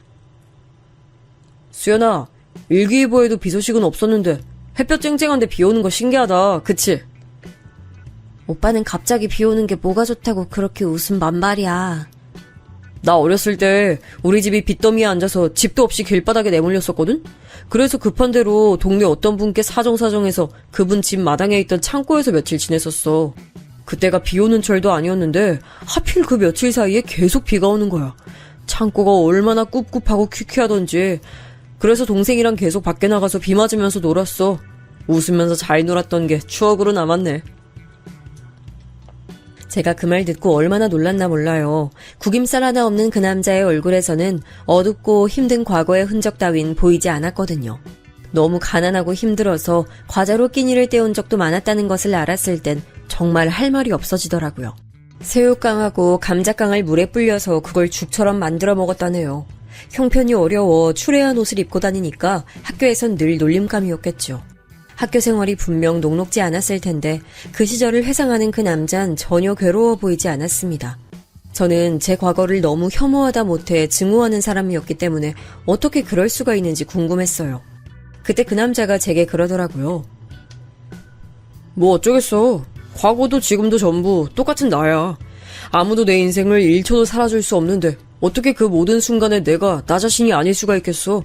그러니까 인정하고 받아들이고 다 끌어안고 묵묵하게 앞으로 나아가는 거지. 뒤를 보지 않고 앞으로만 나아가는 것. 그게 바로 내가 지나온 길들을 괴롭게 여기지 않는 비결이야. 내 대답이 너한테 좀 도움이 됐을까? 도움이 됐는지 아닌지는 지켜봐야 알 것 같아. 나는 옛날 일 때문에 너무 오래도록 거기에 얽매여 있었거든. 이제 와서 한 번에 그걸 다 성숙하게 떨쳐낼 자신은 없어. 그래도 오빠 같은 사람이 지금 내 옆에 있다는 게 내 인생에서 가장 큰 행운이라는 사실 하나만은 알겠다. 수연아, 너랑 만나면서 네가 이렇게 적극적으로 나오는 모습은 지금 처음 보는 것 같네. 와, 보기 좋네. 저를 향해 수줍게 웃어주는 그 남자를 보면서 제가 속으로만 대답했죠. 앞으로 이런 제 모습 많이 보여주고 싶다고요. 저는 살면서 이성을 보며 한 번도 떨려본 적이 없었는데 별 생각 없이 누가 주선해줘서 만나게 됐던 그 남자와 대수롭지 않게 시작했던 연애에 큰 감흥도 없었는데 그날 갑자기 심장이 두근거리더라고요. 걷잡을 수 없이 설레기 시작했습니다. 사람이 사람에게 빠지는 건 무어라 말로 설명할 수 없는 과정 같아요. 저는 마음을 열고 그 남자를 만났고 연애 기간 2년을 채운 끝에 결혼했습니다. 순박하고 진솔한 그 남자가 바로 지금의 제 남편이자 제 아이 아빠인데요. 남편이 어렸던 옛날에 그때의 가세가 확 기울었던 제 시댁은 성실하고 꿋꿋하게 살아오며 많은 회복을 이뤄낸 상태였으나 저희 부부가 결혼하던 때에 결코 부유하다고 볼 수 없는 후하게 쳐줘야 평범한 수준이었습니다. 참고로 남편 남동생은 일찍 고등학교 동창하고 결혼해서 멀리 지방 내려가 살고 있었고요. 시아버지께서는 인쇄소에서 일을 하고 계셨으며 시어머니께서는 대학교 학생식당에서 근무를 하고 계셨습니다. 아빠께선 사실 제 결혼을 처음엔 반대하셨어요. 너무 기우는 집안은 못마땅하시다는 거였죠. 연애하고 결혼은 달라. 알콩달콩 즐겁게 연애까지는 했겠지만 딱 거기까지야. 결혼은 네 수준을 한층 더 높여줄 수 있는 남자하고 해서 폼나게 살아야 맞는 거야. 네가 고생할까봐 이 아빤 그것부터 걱정이다. 혹여 수더분하고 욕심 없는 척 가면을 써놓고 실상은 네 재산만 노리는 논팡이인 것은 아닐지. 지금 만나시는 분하고 결혼 안 하시는 이유 돈 때문인 거 알고 있어요. 그분이 아빠를 사랑으로 보고 계신 게 아니라 재산으로만 보고 계시는 걸까봐. 사랑에 대한 확신이 없으시니까 그런 거겠죠. 근데요, 아빠, 전 달라요. 아빠처럼 결혼에 실수하지도 사람을 못 믿지도 않아요. 네가 아주 못하는 소리가 없구나. 그래, 네가 그렇게 자신 있다 이 말이야? 너라고 결혼에 실패하지 않고 후회하지 않을 거라는 보장이 없는데 뭐가 그리 자신만만해. 이게 다 네가 콩깍지가 씌어서 그런 거야. 아니요, 저 정말 자신 있어요. 왜냐면 저는 애초에 배경이나 능력을 보고 그 사람과 결혼하겠다고 다짐한 게 아니니까요. 저부터가 그런 거에 기준을 두고 있지 않기 때문에 아빠하고는 상황이 무척 다르다는 걸 꼭 말씀드리고 싶어요. 하지만 제 완강함 앞에서 아빠는 대꾸를 하지 못하시더니 결국엔 백기를 드셨죠. 그리고 저는 이 결정을 적어도 지금까지는 단 한 번도 후회해 본 적이 없었네요. 제가 비록 따뜻하고 정 많은 친부모님 복을 타고나진 못했지만 시부모님 복이 있는 사람이었더라고요. 시어머니께서는 늘 저를 분에 넘치는 며느리, 과분한 며느리 이렇게 봐주셨지만 사실 저야말로 분에 너무나도 넘치는 시댁을 얻은 사람이라고 생각했습니다. 아이까지 낳고 알콩달콩 잘 사는 제 모습에 아빠는 완전히 인정하셨죠. 제가 정말 행복한 결혼을 했다는 걸 말이에요. 일에 파묻혀 살아오신 아빠는 재산관리 능력 또한 탁월하셨는데 바로 이 시기에 제게 많은 재산을 미리 물려주셨습니다. 사람 앞일은 모르는 거니까 내 유일한 자식이 확실히 모든 걸 가질 수 있도록 미리 이렇게 해놓는 것도 나쁘지 않을 것 같더구나. 이렇게 큰 재산을 저한테 다 주실 줄은 몰랐어요. 감사해요, 아빠. 화목한 가정에서 앞으로도 살아갈게요. 결혼 이후 남편은 이직을 했어요. 원래 다녔던 곳이 사실 더 좋은 곳이었고 전망도 밝았고 여러모로 괜찮았지만 일 먼저 나고 사람 난 게 아니라 사람이 항상 우선이잖아요. 아무리 괜찮은 곳이더라도 사람이 안 괜찮으면 그건 안 되는 것이더라고요. 새로 남편의 부서로 온 상사가 아주 미친 사람이었어요. 남편이 스트레스를 엄청 받았죠. 그래서 집에서 가깝고 돈은 훨씬 적게 벌지언정 업무 강도가 낮은 곳으로 남편이 이직했습니다. 제가 그러라고 적극 추천했고요. 규모가 아담한 곳이기는 해도 나름 체계가 잘 잡혀있고 오래 근속한 분들도 많더라. 원래 낡은 선풍기만 탈탈 돌아가는 곳에서 일했었는데 지금은 이렇게 번듯한 빌딩에 사무실 입주해서 일한다고 이곳에 자부심 느끼는 분들도 많은 것 같았어. 회사와 같이 커왔다는 자부심이자 애사심인가 봐.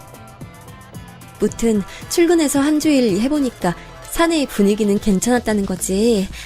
근데 여보, 거기는 사장이 직접 일을 나오기는 해? 직원들한테 다 맡겨놓는 것 같다고 그랬잖아. 어때? 나오시긴 하는데 그냥 중요한 결제 서류만 보시는 정도 같아. 근데 들어보니까 그러실만은 하더라. 사장님 나이는 많으시지만 결혼하신 지는 이제 10년도 안 되셔서 애들이 아직 어리다고 하더라고. 이제 초등학교 다니고 있다는데 얼마나 아이들하고 시간을 함께 보내주고 싶으시겠어. 그래서 이해가 가더라. 정말? 맨땅에 헤딩으로 회사 시작하신 분이라고 하더니 일 때문에 열정을 다 바치시느라 결혼을 늦게 하셨구나. 내가 얼핏 들었는데 사모님 되시는 분이 당신이랑 나이가 거의 또래인 것 같더라. 그걸 듣고 제가 놀라서 입을 벌렸죠. 그렇다면 남편이 다니는 회사 사장님께서는 어림짐작으로 잡아도 15살 정도 차이 나는 분과 결혼을 하신 거였으니까요. 사람이 참 이런 생각을 하면 안 되는 건데 저도 모르게 머릿속으로 사모님도 참 대단한 분이시네 이랬던 것 같아요. 그 정도 나이 차이 솔직히 쉽게 극복해지는 건 아니니까요. 돈 때문일 거라는 속물적인 짐작까지는 맹세코하지 않았습니다. 저는 이 사장님 부부와 제가 상상도 못한 접점을 지니고 있을 줄 전혀 몰랐고요. 남편이 그 회사에 재직한 지 3개월여가 흘렀을 때였어요. 사장님이 다음 주나 언제 한번 날 잡아서 부부 동반으로 스크린 골프 치고 경치 좋고 음식 잘 나오는 식당 가서 식사하는 거 어떻겠냐고. 사실상 공지를 오늘 하시던데 당신은 이런 거 별로지? 그래? 확실히 작은 데로 가니까 이런 점이 있구나.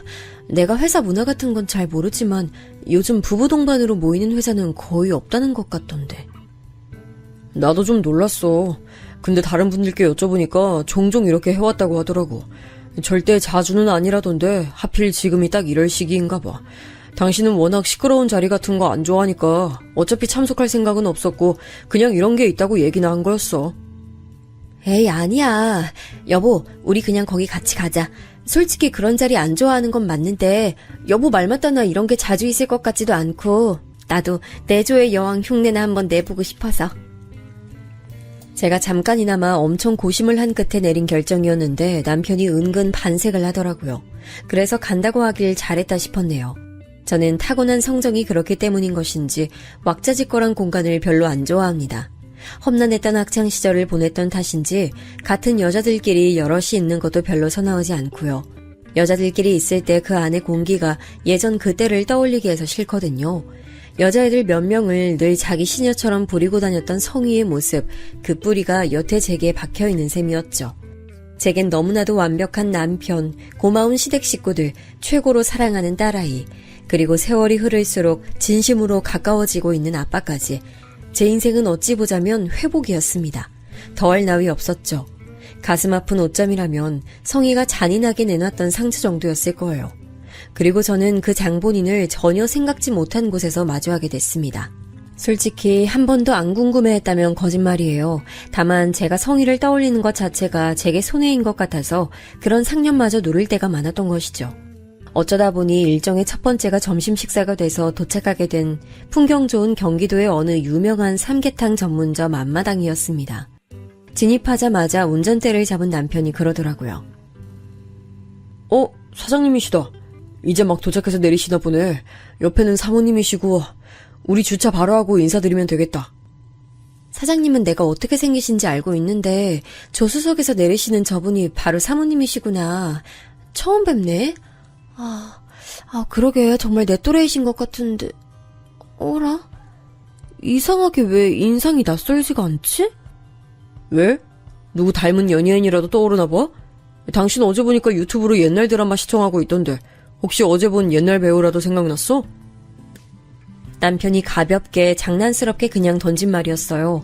그런데 저는 그 옛날이라는 단어를 딱 듣자마자 뇌리에 강렬한 깨달음이 꽂혔습니다. 제가 결코 잊을래야 잊을 수가 없는 아픈 기억 속 그 인물과 저 사모님이란 분이 너무나도 닮아있다는 걸 알게 됐죠. 그때까지만 해도 설마 하는 마음이 더 컸어요. 사장님 내외가 예상외로 곧장 식당 안으로 들어가시는 바람에 즉각 확인할 수 없었기에 더욱 그랬고요. 저는 옛날에 제게 악몽을 선사해주었던 인물을 간만에 너무나도 선연히 떠올렸다는 것만으로도 기분이 확 가라앉았고 식당 안에 들어서면서 남편에게는 잠시 화장실에 들렀다가 자리로 가겠다고 했습니다.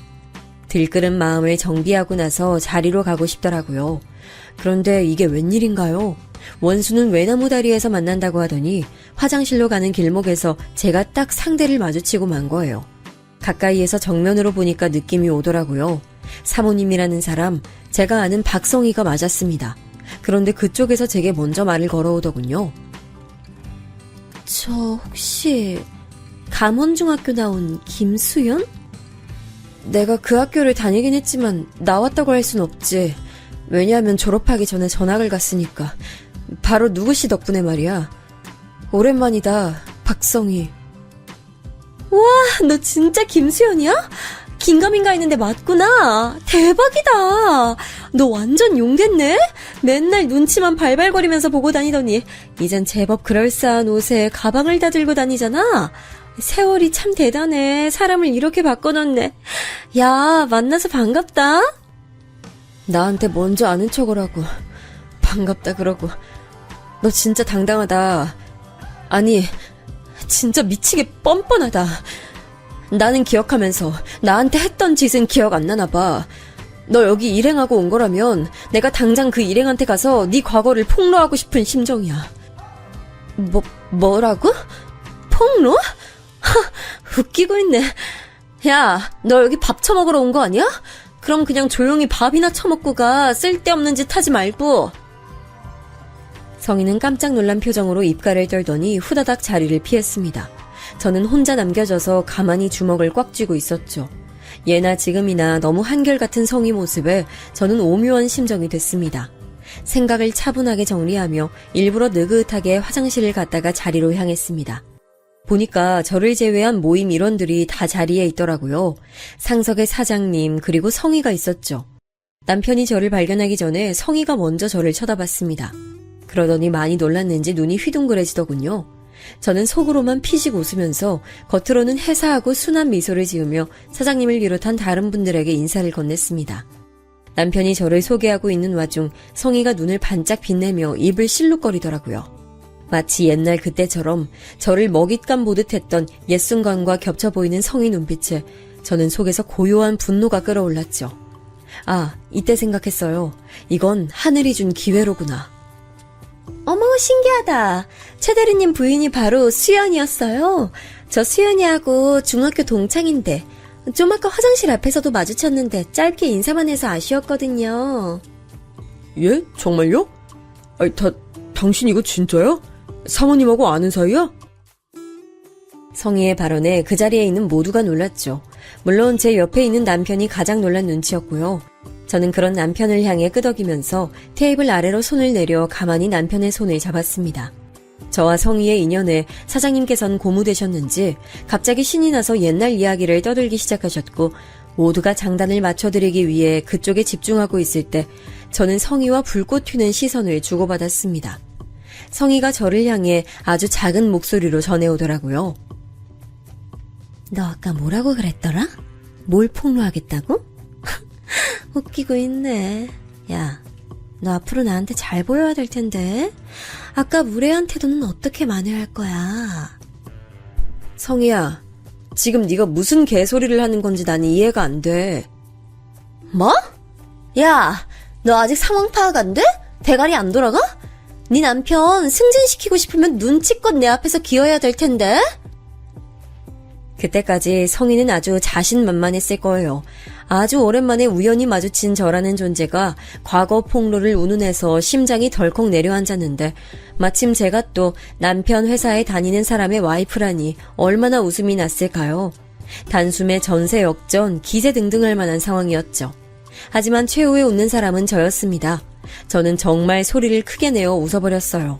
당신의 옛날 얘기를 신나게 늘어놓으시던 사장님은 물론이고 모두가 저를 깜짝 놀란 눈으로 쳐다봤죠. 야, 성희야, 너 정말 웃긴다. 내가 우리 남편 승진시키고 싶으면 너한테 기어야 된다고? 무슨 그런 농담을 그렇게 해. 너 원래 이렇게 개그를 잘 치는 애였어?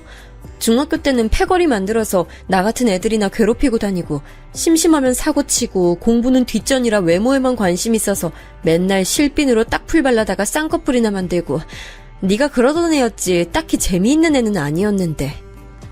수연아, 갑자기 얘가 더위를 먹었나? 별소리를 다 하네? 너 왜 이래? 왜? 네 기억 속에 나는 네가 주동하는 끔찍한 괴롭힘 앞에서 무력하게 조아리던 나약한 애였는데 지금 이렇게 말을 너무 잘하니까 어이가 없어? 안 믿겨져? 아까 네가 나한테 말한 대로 아무래도 내가 용됐나 봐. 과거에 비해선 지금이 훨씬 낫지. 근데 너도 옛날보다 지금이 훨씬 더 나아. 너 쌍수했지? 자연스럽게 잘 됐다. 근데 너 코 수술한 것 같은데 혹시 쌍꺼풀 수술할 때 같이 했어? 패키지 할인 받았는지 궁금한데 정보 좀 공유해줘. 제 신랄한 말이 끝나기가 무섭게 챙그랑 소리와 함께 사장님께서 쥐고 계셨던 수저를 놓치시면서 그게 그릇에 부딪히는 시끄러운 소리가 났어요. 표정을 보니 무척 당황하셨더라고요. 거의 충격에 빠지신 표정으로 저와 성희를 번갈아 쳐다보고 계셨어요. 다른 내외분들도 전부 경악해 말문이 막히신 상태였죠. 전부 다 어안이 벙벙해 계시더라고요. 침묵을 가른 사장님께서 얼굴이 벌개진 채로 성희에게 물으셨어요. 이게 대체 무슨 상황이야? 당신 옛날에 큰 잘못이라도 저질렀어? 아니에요. 잘못은 무슨, 학교 다니면서 그냥 친구들하고 한 번씩 일으킬 수 있는 트러블 정도였지. 수연이 제가 지금 자기는 대리 와이프인데 나는 사장 와이프라 사모님 소리 듣고 산다고 보통 질투하는 게 아니네요. 수연아, 너 진짜 어렸을 때 그 버릇 못 고쳤구나. 너 제발 시기 질투해서 남 깎아내리는 짓 좀 하지 마. 성희가 발끈하면서 정말 자기가 순수한 피해자인 것 마냥 외치는데 진짜 어이가 없더라고요. 제가 코웃음 치니까 그걸 보신 사장님께서 약간 한숨을 쉬시더니 팔은 안으로 굽는다는 걸 보여주셨습니다. 아는 사이끼리 더 얼굴 붉힐 일 만들지 않으셨으면 합니다. 우리 최대리 정말 성실하고 업무 능력도 뛰어난데 자기 집사람 문제로 회사에서 입지 좁아지면 그건 너무 안타까운 일이잖아요. 사장님, 죄송한데 말씀에 상당히 어폐가 있네요. 사장님 부인 되시는 제 중학교 동창 성희가 옛날에 큰 잘못을 저질렀던 게 맞고요. 여기서 다시 만나자마자 그 더러운 인성 안 변했다는 걸 드러내면서 먼저 시비를 걸어온 것도 그쪽이에요. 저는 지지 않고 바로 맞받아쳤어요. 심장은 미친 듯 뛰고 있었지만 목소리는 흔들리지 않고 흘러나와 천만다행이었습니다. 그때 성희는 저를 가소롭다는 듯 보고 있었어요. 자기 쪽이 무조건 갑이라고 생각하고 있었으니까요. 이렇게 중얼거리더라고요. 자기 남편 회사 잘리게 하고 싶어서 환장했나? 앞뒤 분간도 할 줄 모르네? 그 소리를 듣자마자 핸드백에서 지갑을 꺼낸 저는 명함 하나를 바로 찾아냈습니다. 그리고 그걸 사장님 앞으로 툭 던졌어요. 반질거리는 명함을 의문스럽게 쳐다보시던 사장님께서는 이내 더욱 짙은 의문에 휩싸이신 눈으로 저를 쳐다보셨죠. 이건 제가 잘 아는 공인중개사 사장님 명함인데 저하고 막역하게 아는 이분의 명함을 어떻게 갖고 계시는지. 지금 빌딩 들어오실 때도 거기 사장님 통해서 소개받고 들어오셨잖아요. 다 알아요. 그걸 최대리 와이프가 어떻게 아십니까? 아니, 애초에 여기 사장님은 일반적인 부동산 거래는 거의 안 하시는 분이라 최대리 와이프 같은 분이 명함을 가지고 계실 리가 없는데. 사장님, 모르시겠어요? 저의 대리인 통해서 계약을 진행하셨다지만 그래도 제 인적사항은 확인하셨었으니 아실 텐데요. 빌딩 소유주 젊은 여자라는 거 알고 계셨죠? 잠깐만. 설마 그럼 최대리 와이프가 내가 최고로 잘 보여야 하는 바로 그 건물주? 혼비백산에서 외치신 사장님께서는 제가 미약하게 끄덕이는 것을 보시더니 그 즉시 그 자리에서 기립하셨습니다. 그 바람에 젓가락이 바닥에 떨어졌는데 조금도 개의치 않으시고 저에게 90도로 인사부터 하시더군요. 거의 식은땀을 흘리시는 모양새로 주절거리셨어요. 아이고, 이렇게 인사를 드렸어야 했는데 몰라 뵙고 대단한 신뢰를 범했습니다. 아니 세상에 어떻게 최대리는 이런 엄청난 아내를 걷고도 일을 다니나. 도저히 이 사실이 믿기지가 않는데. 애초에 제 건물이니까 제가 아는 회사니까 제 남편 보고 여기 어떠냐고 추천해줘서 입사했던 거예요. 그리고 제 남편은 배우자 능력과 상관없이 본인 길을 갈고 닦아 나가는 사람이라서요. 오로지 배우자 능력에 기대어 빌부터 살아가려는 사람은 절대 이해할 수 없는 영역이죠. 저는 사장님을 향해 덤덤히 대꾸하며 성희 쪽을 눈짓했습니다. 아직 상황 파악이 오롯이 안 됐는지 멍청하게 두리번거리며 다른 사람들의 놀란 반응이나 살피고 있더라고요. 저는 그런 성희를 쳐다보며 사장님께 말씀드렸어요. 제가 그 빌딩 소유주인 건 사장님께서 회사 일에 관심 가지시고 서류 하나만 확인하시면 드러날 일이고요. 지금은 우선 선행되어야 하는 게 있지 않나요? 사장님, 제가 성희한테 이 자리에서 사과를 받아야 한다는 것에 대해 어떻게 생각하세요?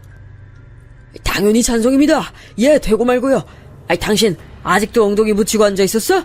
지금 제정신이야? 벌떡 일어나서 이분께 사죄 인사부터 올려. 사장님께서는 순식간에 목에 핏대까지 세우며 외치셨고 깜짝 놀란 성희가 거의 반사적으로 자리에서 일어났어요. 그랬다 울컥했는지 금세 눈시울을 붉히더군요. 이건 진짜 말도 안 돼. 어떻게 이런 일이 다 있어? 건물주가 젊은 여자라고만 알고 있었는데 정말 부러운 여자라고 속으로 그렇게나 생각했었는데 그게 너였다고? 왜 세상은 나를 이렇게 힘들게 하는 거야? 당신 헛소리 늘어놓지 말고 얼른 무조건 잘못했다 빌기나 해. 뭐라고요? 여보, 지금 모두가 보는 앞에서 날 이렇게까지 망신줘야 꼭 그 속이 편히 풀리는 거예요? 아니, 항상 왜 이렇게 사람이 권위적이고 제멋대로 해요? 시끄러워. 이분이 지금 건물주님이라고 하시잖아. 당신 지금 상황 파악이 안 되는 거야? 저한테 했던 그 말, 자기 남편에게 고스란히 돌려받은 성희의 귀가 새빨개졌습니다.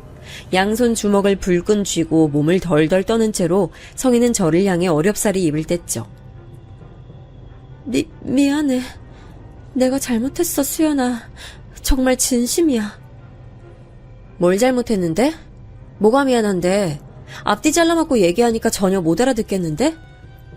중학교 때 너 괴롭혔던 거, 왕따 시키고 못 살게 굴었던 거 정말 미안해. 인정하는 거야? 네가 얼마나 악독하고 끔찍한 괴물이었는지를? 솔직히 난 너 같은 건 애 낳아서 키우면 안 된다 생각해. 괴물은 결국 괴물을 길러낼 테니까. 저는 남편을 향해 눈짓했고 저희 부부는 거의 동시에 자리에서 일어났습니다. 사장님께서 무척 애처롭고 다급하게 쳐다보고 계셨는데 그에 반해 성희는 엄청 긴장한 표정이었네요. 살다 박성희의 저런 얼굴을 다 보다니 신기하면서도 왠지 후련했네요. 네가 뭐라고 하든 다 받아줄게. 다 내 잘못이니까. 그러니까 제발 내 사과만 좀 받아주면 안 될까? 수연아, 그렇게 해줄 거지? 넌 옛날보다 정말 심성 여리고 착한 애였잖아. 성희야, 내가 살면서 생각을 좀 해봤는데 바로 그랬기 때문에 내가 너 같은 것들의 표적이 된 건 아니었나 싶더라. 심성 여리고 착한 거 나 이제 별로 하고 싶지가 않아. 허리 꼿꼿하고 무릎 반듯한 사과 따위 진심도 안 느껴지는데 이걸 받아주면 그야말로 나는 호구가 되는 것 같고 무튼 내키지 않네. 제 말이 떨어지긴 무섭게 사장님께서 성희에게 눈총을 쏘아댔어요. 무언의 압박이었죠. 그걸 보며 저는 저 부분은 상하관계가 아주 명확하다는 생각을 했네요. 성희는 황급히 제 앞으로 와서 털썩 무릎을 꿇었습니다. 모두가 지켜보고 있는 가운데 성희는 무릎을 꿇고 머리까지 조아렸어요. 정말 진심으로 사과할게. 미안해. 지난 내 과거 잘못들 반성하고 있어. 용서해줘. 사과 잘 봤어.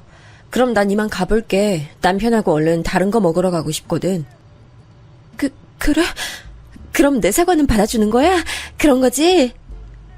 내가 미쳤니? 그럴 리가 없잖아. 뭐야? 그럼 대체 사과는 왜 시킨 거야? 받아줄 것도 아니면서. 너 지금 인생 잘 나간다고 나 이렇게 무참히 짓밟는 거야? 뭐야? 왜 이러는 건데? 흥분하지 마. 고작 이런 거에 이유를 붙여야 하는 바로 그 이유를 난 모르겠어. 너는 나 죽도록 괴롭힐 때 매번 거창한 이유와 사명감을 가지고 그랬었어? 아니잖아. 그냥 네 잔인한 본성을 따른 재미였잖아. 지금의 나도 마찬가지야. 그럼 이해되지? 완벽하게 넋이 나가버린 성희의 얼굴을 보며 승리의 미소를 지은 뒤 남편과 함께 그곳을 벗어났습니다. 차를 타고 다른 식당으로 향하며 남편에게 이런저런 옛날 이야기를 다 해줬어요. 제가 스스로 성희와의 재회 상황을 정리할 수 있도록 나서지 않고 잠자코 있어준 남편에게 고마웠습니다. 남편은 금세 제 의도를 그 상황에서 읽은 것이죠. 이런 남자를 만나 가정을 꾸린 것에 또 한 번 하늘에 감사했네요. 남편은 이 기묘한 관계가 얽힌 회사를 계속 다닐지 말지 고민했지만 저를 위해서 출근했습니다. 내가 보란듯이 다녀줘야 사장님 내외가 마음이 불편하지 않겠어?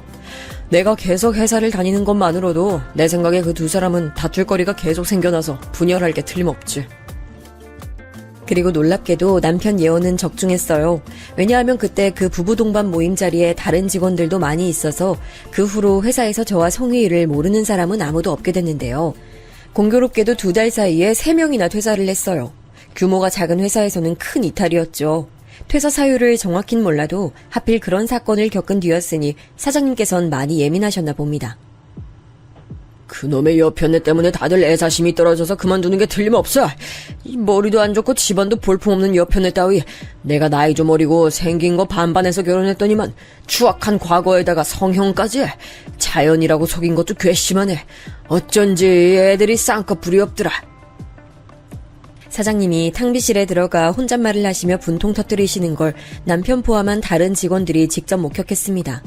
뒤숭숭한 회사 분위기 속에서 남편은 결국 퇴사를 결심했는데요. 솔직히 저는 계약만 끝나면 이제 쫓아내겠다고 그렇게 사장님께 통보할 작정이었어요. 그런데 계약 만료 전에 그 회사가 나가버렸습니다. 왜냐하면 회사 규모가 너무나도 작아졌기 때문에 더 이상 이런 사무실은 사치였거든요. 성희하고 부부싸움을 그렇게 하시는 것 같더니 이혼 얘기가 오가면서 아이들 양육권 문제로 사장님이 골머리를 앓으셨나 봐요. 회사 운영을 잠시 손 놓아 버리셨는데 이때 이런저런 일이 다 터지면서 회사가 확 어렵게 됐나 봐요. 저는 어느 날 모르는 번호로 전화 한 통을 받았는데 혼이 빠진 건지 횡설수설하는 목소리의 주인공 성희였습니다. 네가 나 좀 용서해주면 안 될까? 수연아, 아니지. 사모님, 제가 정말 잘못했어요. 저 지금 몇 달째 애들 아빠하고 미친 듯이 싸우느라 꼴도 말이 아니고요. 저는 법 같은 거 알지도 못하는데 자꾸 그쪽에서 소송을 건다느니 만다느니 하니까 무서워 죽겠고 이러다가 이혼당하고 애들까지 뺏길 것 같아서 저 진짜 이악 물고 버티는 중이에요. 저라고 나이 많은 남자 환장하게 좋아서 이러는 줄 아세요? 애 아빠고 저한텐 돈줄이자 동아줄이니까 이러는 거예요. 현실적인 문제로 간절하다고요.